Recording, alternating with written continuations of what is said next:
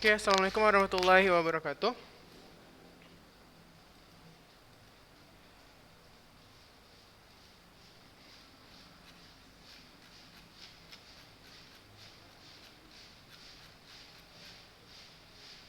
terakhir kali pembahasan kita kemarin tentang drama ya. Jadi kemarin tinggal kaidah kebahasaan. Udah kita bahas kemarin tentang bagaimana unsur pementasan, terus unsur teks dramanya, gitu ya. Terus ada lagi struktur, yang mana kemarin ada prolog. Prolog itu nanti ada dialog, dialog itu nanti ada orientasi, komplikasi, resolusi, epilog. Nah, itu dari segi struktur. Jangan lupa, kalau namanya unsur drama, baik itu unsur pementasan, baik itu nanti unsur intrinsiknya, itu pasti ada di ujian. Ya. Nanti struktur juga pasti ada, tapi mungkin struktur nanti muncul dalam proses penggalan per penggalan. Tidak pernah ada teks drama itu muncul lengkap dan utuh karena pasti panjang gitu. Maka yang harus kamu ingat adalah bagaimana ciri per bagian strukturnya supaya nanti ketika ada penggalan kamu sudah bisa pastikan oh ini bagian struktur ini nih gitu. Oh ini berarti bagian ini. Nah misalnya prolog, pro di awal. Nah berarti pasti kalau yang namanya prolog itu strukturnya memuat bagaimana pengenalan tokoh, latar atau background kejadian, serta asal usul ceritanya, misalnya letak daerahnya, konteks budayanya, nah itu pasti prolog. Nah kalau dialog mungkin agak sedikit lebih harus teliti lagi karena ada 3 aspek.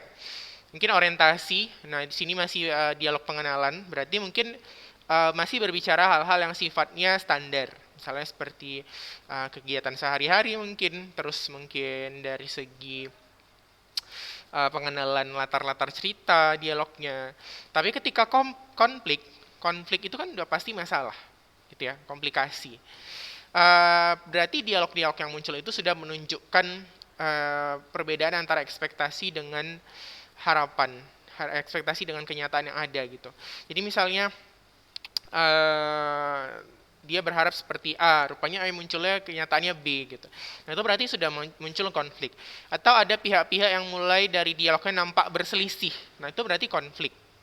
Ya jadi jangan menganggap remeh gitu struktur ini karena dari ujian-ujian yang sudah saya perhatikan kalian masih bingung menentukan struktur, masih bingung menentukan konjungsi gitu kan. Kalau misalnya ada penggalan-penggalan kalimat berikut ini yang merupakan fakta pendukungnya apa. Struktur berikut ini tergolong ke dalam struktur. Kemarin saya perhatikan dari hasil ujian di GFOM masih banyak yang ragu gitu. Jadi perhatikan ciri perpenggalannya. Kalau resolusi berarti ketika dialog itu sudah menunjukkan penyelesaian masalah. Sementara epilog, akhir, berarti dia menunjukkan bagaimana akhir cerita. Apakah happy ending, apakah mungkin sedih, atau kita harus belajar sesuatu dari resolusi tadi. Gitu dia. Jadi namanya struktur dan unsur ya pasti muncul di ujian. Jadi itu jangan sampai lupa membedakannya. Gitu. Nanti yang ditanya unsur kamu jawab struktur atau sebaliknya. Yang ditanya struktur kamu jawabnya unsur. Misalnya ada struktur drama di bawah ini yang tergolong ke dalam langkah pengenalan. Ya berarti itu orientasi, jangan isi nanti tokoh, jangan diisi latar pula gitu kan karena itu unsur gitu. Jadi perhatikan perbedaannya. Nah, selanjutnya dalam pengenalan struktur drama tadi, kita juga dihadapkan pada kaidah kebahasaan. Seperti biasa, namanya bahasa Indonesia di K13, pasti ada konten kebahasaannya. Nah, dalam pementasan karya itu, biasanya ada hal-hal atau langkah-langkah pementasan drama yang harus kita perhatikan. Yang pertama adalah melakukan pembedahan secara bersama-sama terhadap isi naskah yang dipresentaskan. Jadi didalami dulu karakter per karakternya, terus situasi yang sesuai, ornamen apa yang kita butuhkan, karena kan beda cerita, beda pula pelengkap ornamennya, gitu ya. Misalnya latarnya di Inggris, kan nggak mungkin kita pakai baju kebaya, gitu kan. Atau sebaliknya, mungkin ini latarnya di daerah keraton Yogyakarta, nggak mungkin juga kita pakai baju Ratu Elizabeth, gitu misalnya. Jadi dia pasti ada koherensi antara tampilan tata busananya, tata riasnya, tata lampunya, dan segala macamnya dengan tema dalam cerita. Nah, lalu ada tahap reading. Jadi calon pembaca itu pastinya membaca naskah secara keseluruhan, bukan bagian dia aja, tapi bagaimana dia juga merespon bagian-bagian peran yang lain yang bakal nanti dilakonkan. Lalu ada casting, pemilihan peran. Jadi siapa yang cocok gitu. Kadang-kadang ada yang pandai menghafal, tidak pandai melakonkan. Sebaliknya ada yang pandai melakonkan, sering lupa pula teksnya gitu. Nah itu makanya perlunya ada casting. Nah, terus mendalami peran yang akan dimainkan itu penting. Jadi misalnya kamu diperankan sebagai Pak Lurah, ya gimana sih profilnya Pak Lurah gitu kan? Atau kamu di situ jadi apa ya Pak Satpam atau direktur gitu kan? Pasti setiap peran itu punya warnanya masing-masing yang perlu kita dalami. Lalu hindari blocking. Jadi teknis pementasan bagaimana supaya jangan sampai ada proses membelakangi penonton. Dan running, latihan, serta gladi resik pada 1 hari sebelum biasanya atau 2 hari sebelum pementasan. Nah itu langkah-langkah pementasan drama. Tidak akan dipentaskan, cuman ini penting juga diingat. Karena kadang-kadang pada soal AKM yang terbaru, ya memang sekarang ada UN ya, teman katanya dengar-dengar nanti ada AKM.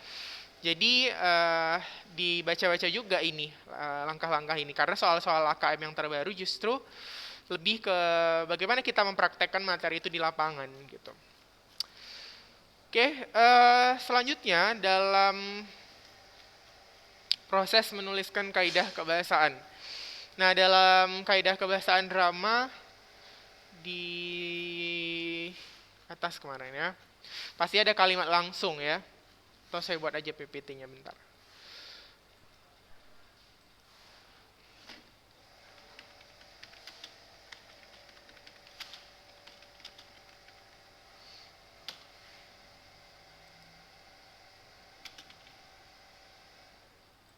Sebentar ya.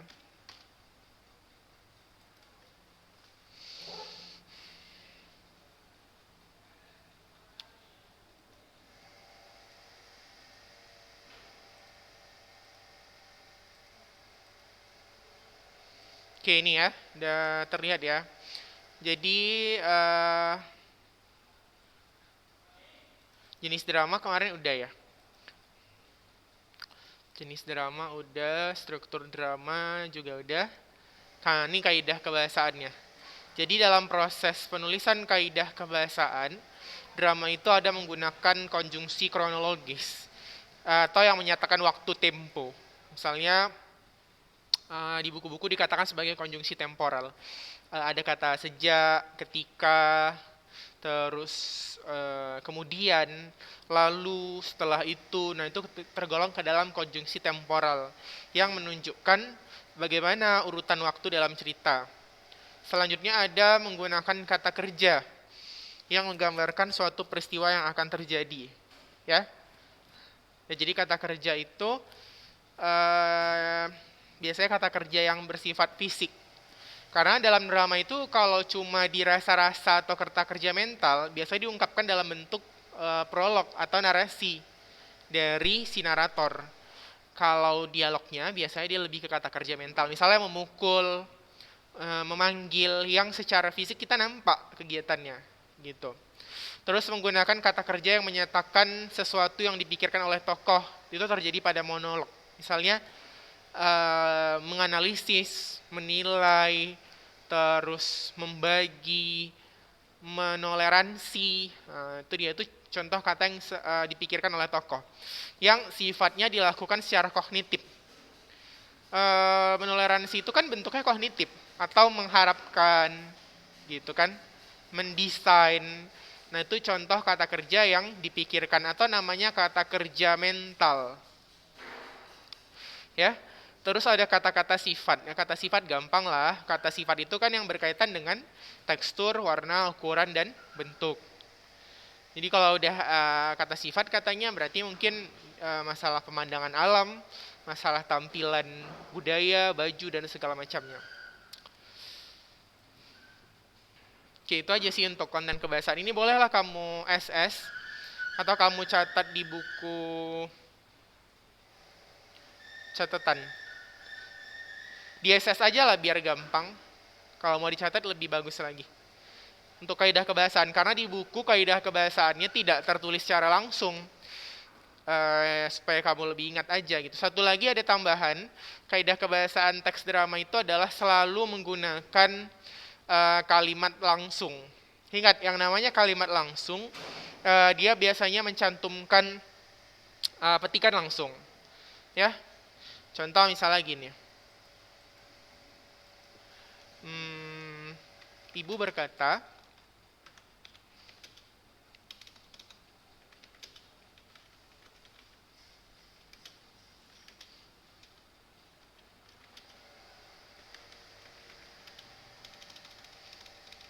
coba kerjakan tugas rumahmu.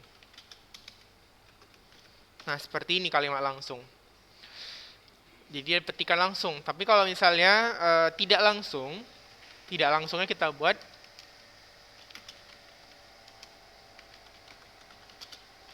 berarti ibu mengatakan kepada saya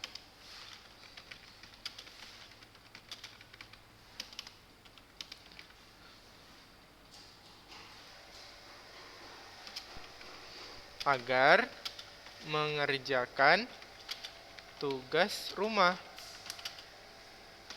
Nah, ini contoh kalimat yang tidak langsung. Jadi dia nggak pakai kutipan, terus dia disampaikan oleh orang kedua yang mendengarkan pesan itu. Orang keduanya di sini kan, kalau kamu berarti saya kan. Tadi coba kerjakan tugasmu, kata ibunya. Berarti dia bilang, ibu mengatakan kepada saya agar mengerjakan tugas rumah. Itu kalimat tidak langsung. Nah, itu juga jadi ciri kebahasaan teks drama. Untuk konten kebahasaan ada pertanyaan nggak?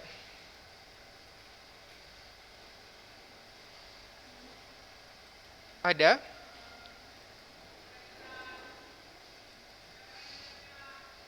Ini contohnya kan lihat, kalau teks drama pasti semuanya pakai tanda petik kan?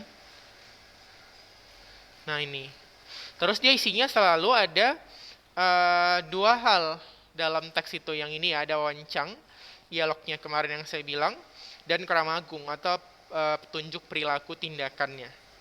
Contohnya nih kita lihat di teks ya. Nih, dari masa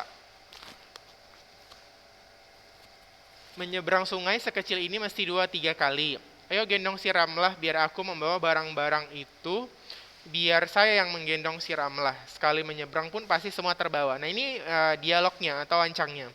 Terus kan dalam kurungnya ada kata-kata meraih tas besar yang masih dipegang Bu Samin. Berarti ini kan dia sambil ngomong sambil ada tindakannya. Nah itulah yang dikatakan sebagai kramagung. Atau ini, menunjuk ke arah hulu sungai dengan penuh khawatir. Nah itu namanya kramagungnya. Tapi kalau yang dalam kutipan ini, nah ini namanya wancangnya. Oke, gitu bisa sampai di situ. Strukturnya masih sama seperti yang kemarin, itu jangan dilupakan. Terus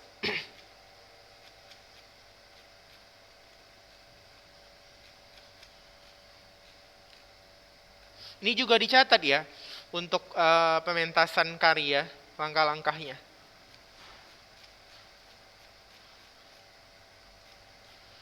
Untuk drama ada pertanyaan nggak? Ada? Kalau tidak ada kita lanjut ke buku fiksi dan non-fiksi. Nah, buku fiksi dan non-fiksi itu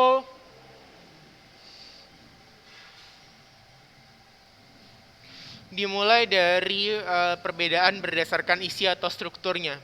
Jadi buku fiksi dan non-fiksi itu ada, fiksi itu hayalan, fiktif. Seperti dongeng, cerpen, novel, drama, itu buku fiksi.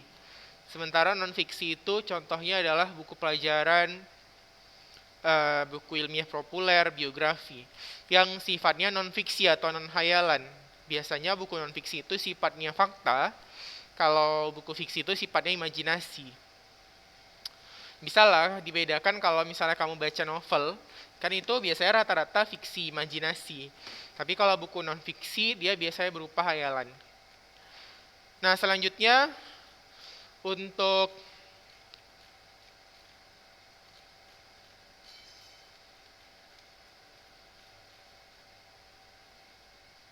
Nah, ini sebenarnya dalam buku fiksi itu katanya kita ada kegiatan membaca indeks. Ini namanya indeks, seperti ini contohnya. Indeks itu kalau di buku ada di halaman terakhir biasanya, tapi bukan sebelum daftar pustaka, setelah glosarium. Jadi urutan akhir buku itu kan biasanya adalah biografi penulis, ya kan? Siap biografi penulis, masuklah dia ke glosarium biasanya.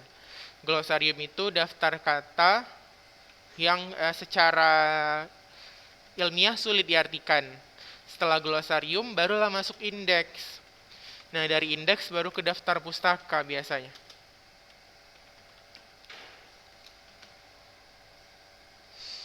Nah, si indeks tadi itu pun ada dua.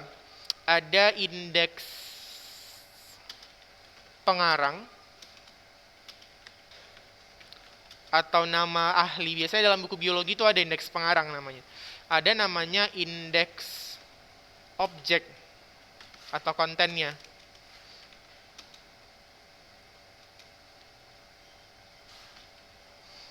Nah, seperti ini. Penulisannya itu bisa kamu lihat di halaman 236. Jadi misalnya gini, kamu baca buku, terus di belakangnya ada indeks. Misalnya novel, ada di halaman 321, 322, 325. Jadi dia kita urutkan dia berdasarkan alfabet, lalu halaman itu diurutkan ada di halaman berapa aja, misalnya kata novel. Oh, berarti novel itu ada di halaman 321, 322, 325, dengan urutan dari yang terkecil ke yang besar. Supaya apa fungsinya indeks ini? Mempermudah kita ketika kita mencari suatu kata dalam buku. Jadi kalau misalnya di Google kan kita gampang nyari, tinggal tekan enter. Nah, di buku sebenarnya gampang juga. Lihat aja indeksnya gitu. Jadi kalau misalnya kamu lihat buku psikologi, terus kamu mau lihat tentang jiwa, cari aja di indeksnya, ada nggak kata jiwa gitu. Nah, nanti ditunjukkan ya halaman berapa aja yang ada, tinggal kita baca. Itu sebenarnya mempercepat kita. Oke. Dalam menulis catatan tentang isi buku, kita punya teknik mencatat informasi. Jadi nanti kan selain baca indeks, kalau misalnya baca buku fiksi atau non fiksi, tapi non fiksi jarang, buku fiksi jarang sih dia pakai indeks. Biasanya pakai indeks itu buku non fiksi. Fiksi biasanya akhirnya itu cuma biografi sama daftar rujukan buku atau rujukan fakta kalau dia berdasarkan cerita asli. Tapi kalau buku non fiksi biasanya ada glosarium dan indeks. Yang teknik mencatat informasinya itu dimulai dari menentukan kata istilah yang hendak dicari. Jadi tadi caranya dengan melihat indeks bukunya.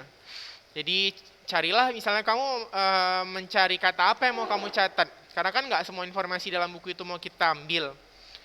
Terus cari halamannya. Udah jumpa katanya, cari halamannya.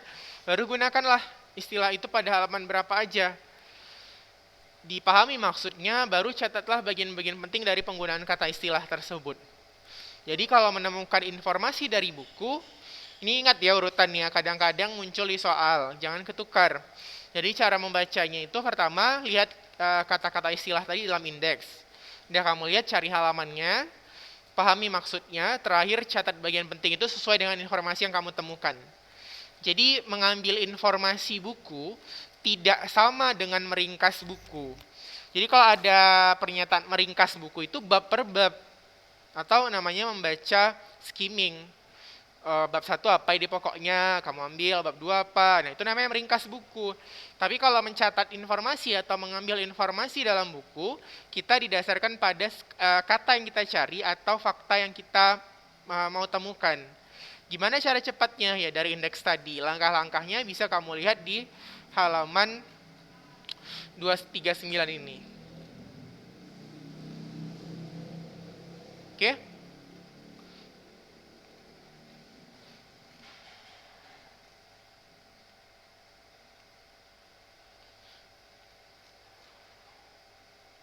Nah, seperti ini nih, contoh kita meringkas buku. Nah, ini meringkas buku namanya kalau yang di tabel ini. Dia ada bab 1 apa, bab 2 apa, bab 3, bab 4, bab 5. Kalau dia mencari informasi, beda. Dia dimulai dari indeks. Oke, jadi kalau misalnya ada instruksi soal, perhatikan yang dimintanya ringkasan apa mencari informasi. Sementara kalau buku fiksi rata-rata urutannya seperti ini, mulai dari pengenalan cerita, terus ada penanggalan peristiwa atau pengungkapan peristiwa namanya, konflik, terus resolusi dan koda atau penutup cerita. Ini urutan rata-rata buku fiksi. Karena buku fiksi itu pasti nggak jauh-jauh dari novel, cerpen, drama, antologi, terus memoir yang pasti urutannya seperti ini. Kenapa? Karena ini adalah urutan dasar dalam teks narasi. Dan rata-rata buku fiksi pasti teks narasi, gitu. Oke, sampai di situ ada pertanyaan? Jadi buku tadi ada buku fiksi dan non-fiksi. Udah? Terus buku fiksi itu dia sifatnya hayalan. Non-fiksi sifatnya ilmiah. Dalam mengambil informasi dalam buku non-fiksi, bisa dimulai dari indeks. Sementara kalau buku fiksi itu harus kita baca dan memiliki struktur yang mirip dengan teks narasi.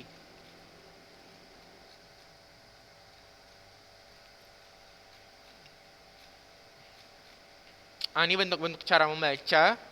Ada orang yang baca itu zigzag, spiral, diagonal, ada yang ke bawah horizontal. Jadi ini ciri-ciri orang membaca, tapi sebenarnya sama aja sih. Intinya membaca itu supaya cepat, mau bagaimanapun caranya.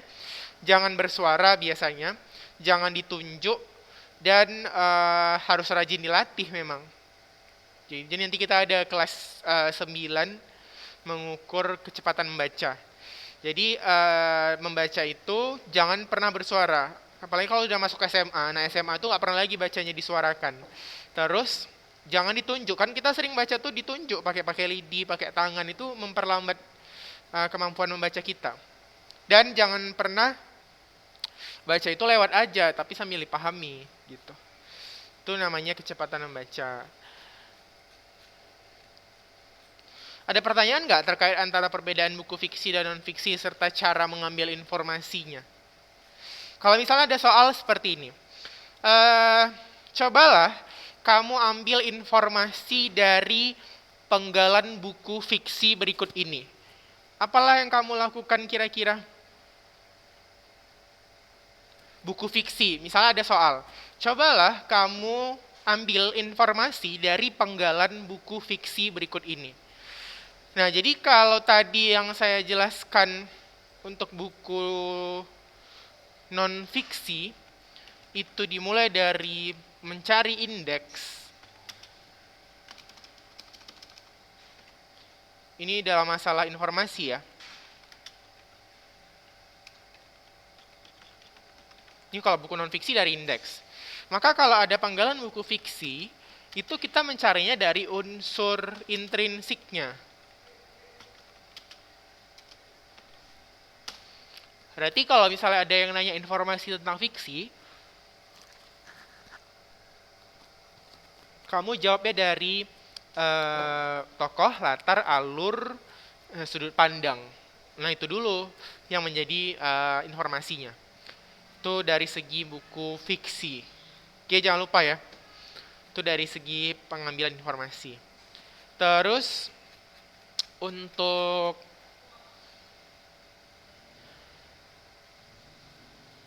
pengambilan informasi, kita juga mengenal konten kebahasaan namanya frasa. Frasa adjektif itu adalah frasa sifat. Nah, ini contohnya seperti ini. Pengertian frasa itu adalah gabungan dua kata. Jadi gabungan dua kata yang bermakna denotasi, terus dia mengisi satu pola. Itu frasa. Frasa. Contoh kalimatnya misalnya gini, saya membeli Buku baru.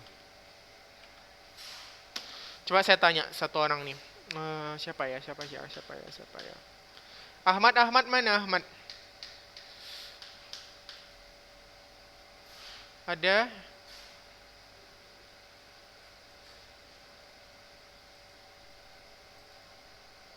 Saya mau lihatlah dulu ini si Ahmad.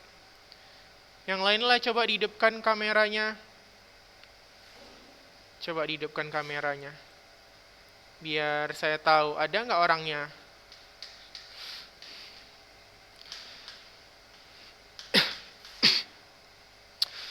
Coba hidupkan. Nanti kamu tertidurnya di situ.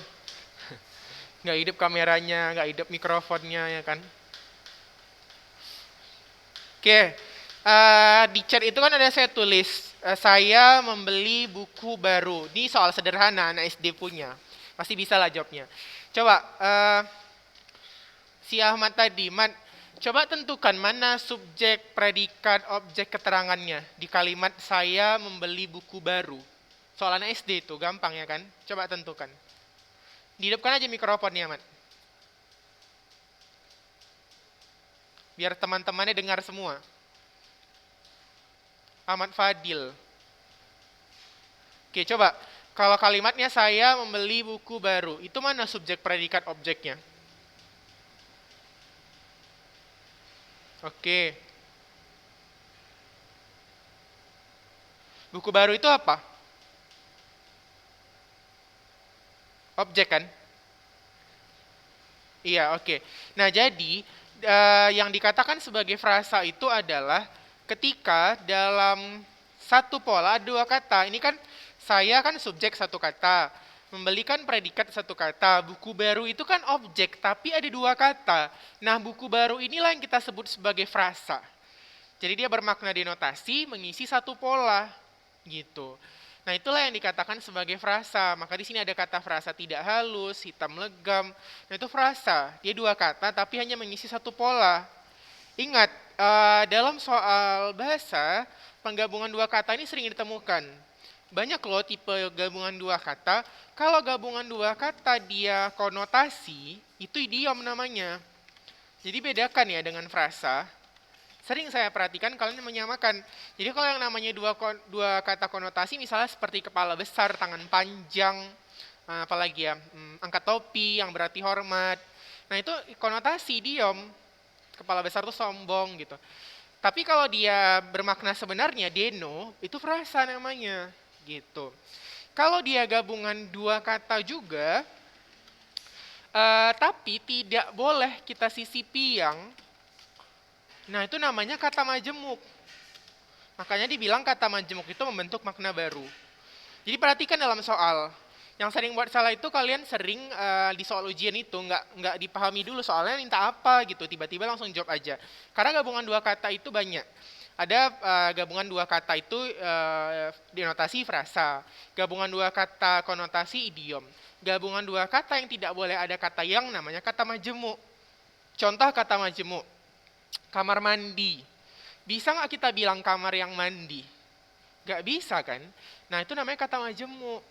Apalagi mata pelajaran, mata yang pelajaran. Nggak bisa kan? Tapi kalau buku baru, bisa kita sisipi yang buku yang baru. Bisa. Nah itu namanya frasa. Tapi kalau nggak bisa kita sisipi yang, nah itu namanya kata majemuk. Beda. Walaupun sama-sama maknanya denotasi. Gitu. Jadi gara-gara masalah dia bisa atau tidak bisa disisipi aja, itu udah jelas perbedaannya. Jadi cara ngujinya dalam kalimat supaya cepat, coba aja kamu sisipi yang kalau dia jadi aneh, misalnya baju tidur, itu kata majemuk, mana mungkin kita bilang baju yang tidur. Atau sapu yang tangan, kaca yang mata, itu semua kata majemuk. Tapi kalau namanya frasa, masih bisa kita sisipi yang. Contoh, rumah besar, rumah yang besar. Terus model linier, model yang linier, masih bisa. Duta besar itu kata majemuk. Kenapa? Karena duta besar itu bukan duta yang besar, tapi duta besar dalam arti perwakilan. Itu kata majemuk. Gitu. Oke, bisa dibedakan ya. Itu tolong dicatat. Karena nanti mungkin kalau keluar dalam soal, gabungan dua kata, kamu udah bisa bedakan. Apalagi dalam buku fiksi atau non-fiksi. Jangan sekali-sekali dalam buku non-fiksi atau lagi karya ilmiah, kamu letakkan idiom. Itu salah besar, karena nanti akan diartikan secara sebenarnya sama orang lain. Kamu nulis karya ilmiah nih misalnya, terus kamu tulislah di situ kepala besar. Nanti diartikan orang kepalanya memang besar, padahal itu mungkin artinya sombong gitu. Makanya itu penempatannya beda-beda di setiap teks. Oke, kalau nggak ada pertanyaan itu saja untuk hari ini. Waktu kita sudah selesai ya. Sebentar saya ambil dulu absennya, jangan keluar dulu.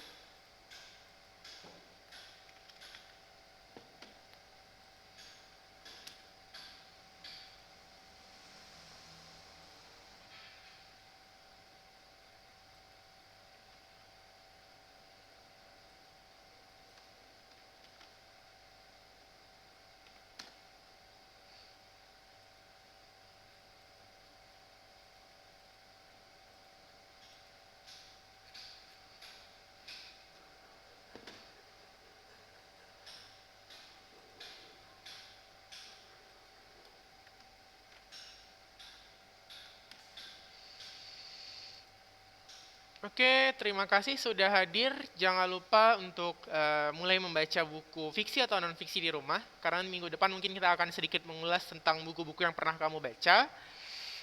Dan kalau ada pertanyaan tentang drama, silahkan ditanyakan via WhatsApp. Itu saja. Assalamualaikum warahmatullahi wabarakatuh.